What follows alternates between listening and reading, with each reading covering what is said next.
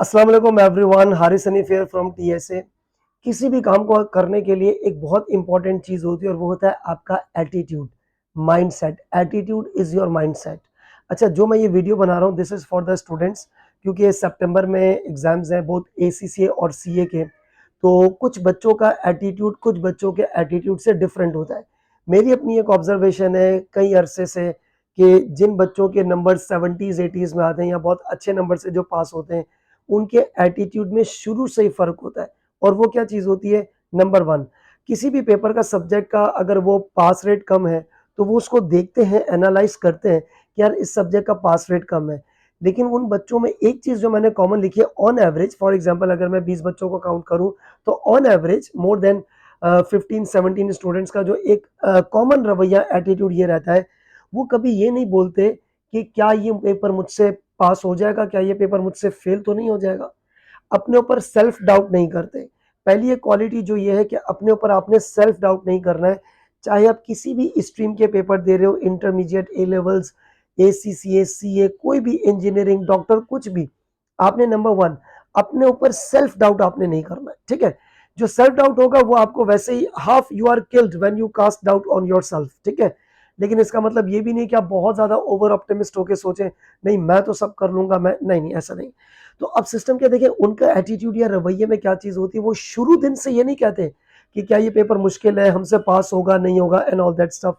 Second thing, वो time पे assignment करना, टाइम पर सवाल जवाब करना, क्लास में टीचर के लेक्चर को गौर से सुनना, उसको एब्जॉर्ब करना, डिस्ट्रैक्शन किए बगैर पढ़ना, ये उनके अंदर एक चीज़ होती है। अच्छा, कुछ स्टूडेंट्स के साथ भी मेरी ऑब्जर्वेशन ये रही है जो अच्छा पढ़ते हैं, अच्छी स्कोरिंग भी रही है। मैंने अभी पिछले दिनों काफ़ी बच्चों के साथ इंटरव्यू सेशन भी किया, वो भी देख सकते हैं।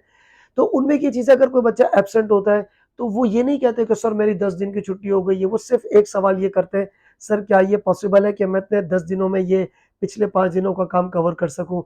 आई ऑलवेज़ से येस, अगर आप चाहो तो आप कर सकते हो, अगर आप कोशिश करो तो कर सकते हो। देन दे डू ट्राई और फिर उनका वो काम हो भी जाता है विद द पॉजिटिव एटीट्यूड। तो मेरी जो अपनी सजेशन है तमाम बच्चों को वो क्या है कि पॉजिटिव रहें, पॉजिटिव एटीट्यूड के साथ आपने काम करना है, सेल्फ डाउट आपने नहीं करना, फिर चाहे आप स्टूडेंट्स हो या अदर देन स्टूडेंट आपके पास कोई और एक्टिविटी भी हो। अच्छा, सेकंड पॉइंट, आप बच्चों के एग्जाम है सितंबर में, बोथ सीए एंड एसीसीए, तो उसकी उसकी प्रिपरेशन और रिवीजन के हवाले से भी मैं आपको बताऊं। खैर प्रिपरेशन तो मुझे नहीं बोलना चाहिए, वो तो आपकी हुई होगी। प्रिपरेशन, रिवीजन पैक, तमाम चीजें आपके पास जो है ना वो कंप्लीटेड है। अब देखो एक छोटा सा पॉइंट, अब ये जो भी आपके पास चंद दिन है ना आपके एग्जाम्स में, इसको कैसे यूटिलाइज करें। प्लीज किसी भी आंसर को पूरा ड्राफ्ट करने की जरूरत नहीं है। जैसे अगर मैं अपने किसी सब्जेक्ट की बात करूं, लेट सपोज परफॉर्मेंस मैनेजमेंट, और उसके अंदर एक टॉपिक आता है परफॉर्मेंस मेजरमेंट, जिसमें आपको थ्योरी टाइप करनी होती है। तो अब ये नहीं कि आप पूरे पूरे 20-20 नंबर का सवाल इस वक्त टाइप करने लगो, इस वक्त टाइम नहीं है भाई। तो आपने करना क्या है, आपने की पॉइंट्स नोट करने अपने लैपटॉप पे या अपने नोटबुक पे, और आपने उसको दिमाग में आंसर को शेप करना है कि ये आंसर इस वे में लिखा जाएगा। Then read the official answer. Similarly with paper double A audit and assurance and triple A advance audit and assurance. अच्छा, ट्रिपल ए के लिए मैं खास तौर पे ये कहूंगा, मैक्सिमम रीडिंग आप लोगों ने करनी है पॉइंट सोचने के बाद ऑफिशियल आंसर से। अच्छा, ऑफिशियल आंसर्स के साथ साथ मैं एक और बात ऐड करता चलूं कि ऑफिशियल आंसर जितनी लेंथ आपको पेपर में नहीं लिखनी है, वो एक बहुत एक्सट्रीम आइडियल किस्म का आंसर होता है, and they are not even expecting from us के इस लेवल का आंसर हमने प्रेजेंट करना है। लेकिन आपके की पॉइंट्स मैच होने चाहिए, की पॉइंट्स मैच हो। वाई आई एम एम्फेसाइजिंग कि अपने आंसर्स को रीड करें, ताकि टेक्निकल जार्गन्स, ड्राफ्टिंग स्टाइल, ये तमाम चीजें आपके अंदर एक एबिलिटी हो और उसको फिर आप एक मिक्सअप करके अपना एक आंसर फ्रेम करें।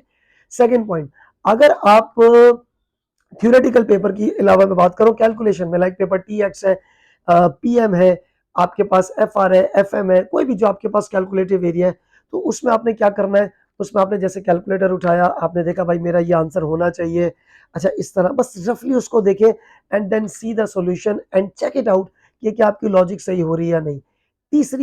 तीसरा जो अहम मसला, तीसरा पॉइंट, वो ये है कि रिगार्डिंग द केस ओटीक्यूज एंड एमटीक्यूज। देखिए for example I am doing an MCQ, मैंने देखा यार क्वेश्चन नंबर 2 का जो आंसर है वो सी है, पीछे देखा आंसर सी है, गुड लक। ऐसा नहीं है, आगे नहीं बढ़ना, आपने उसको रीड करना है कि क्या मेरी टेक्निक सही थी, क्या मैंने जो सोचा उसी की वजह से आंसर सही हुआ, कहीं मुझसे तुक्का तो नहीं लग गया। अगर आपके आंसर सही हो रहे हैं या गलत हो रहे हैं, दोनों केसेस में आपने एमसीक्यूज के आंसर को रीड लाजमी करना है। Reading is very much important. आपने रीड उसको लाजमी करना है ताकि आपको पता लग सके कि मेरी टेक्निक के ऊपर मैं था, क्या मेरी टेक्निक गलत थी या सही थी, व्हाटएवर जो भी है। तो आपने उस चीज़ों को रीड करना है, उससे आपकी राइटिंग पावर, आपकी रीडिंग पावर, आपकी वोकैबुलरी हर चीज़ इम्प्रोवाइज़ होगी इन तरीकों से। और बस ज़्यादा टाइम नहीं लूँगा और मैं ताकि वीडियो इतनी लंबी ना हो जाए। और एक और बात, प्लीज़ अपने ऊपर डाउट करना छोड़ दें और दोस्तों से इधर-उधर सबसे पूछना, ग्रुप्स में मैसेज करना यहाँ-वहाँ, अक्सर सोशल मीडिया के ग्रुप्स में करना, एनी टिप्स, बेटा किस दिन की किस चीज़ की टिप दें आपको 4 दिनों में, जब पूरा सेशन आप लोगों ने पढ़ा होता है। तो सिंपल ये है कि जो कुछ आपने पढ़ा है, हर सब्जेक्ट के अपने कोर एरियाज़ होते हैं कि ये तो एग्ज़ाम में होता ही होता है, उस पर पहले तवज्जो दें, उसके बाद ले जाके फिर आप अपने एग्ज़ाम को आपने करना है और जो तरीका मैंने आपको बताया उसको आपने फॉलो करना है, मैक्सिमम रीडिंग। और प्लीज़ पेपर में टाइम को मैनेज करना, जो सवाल पहले आता हो उसी को पहले करना, जिस सवाल में आपको लग रहा है सोचने के चांसेस हैं, उससे घबराना नहीं, उसको बोलना बाद में उसको कर लेंगे, ठीक है? अपने आप को बोलो बाद में कर लूँगा और कर लेना टाइम पे। तो टाइम आपको मैनेज करना है, वो 3 घंटे बहुत इंपॉर्टेंट होते हैं। एग्ज़ाम से पहले you should have a very good sleep, ठीक है? ताकि आपकी जो माइंडसेट है वो फ्रेश रहे, फ्रेश माइंड के साथ आपने पेपर अटेम्प्ट करना है एंड दैट्स ऑल। टेंशन आपने नहीं लेनी है। अपना बहुत सारा ख्याल रखिएगा। टेक केयर, अल्लाह हाफ़िज़।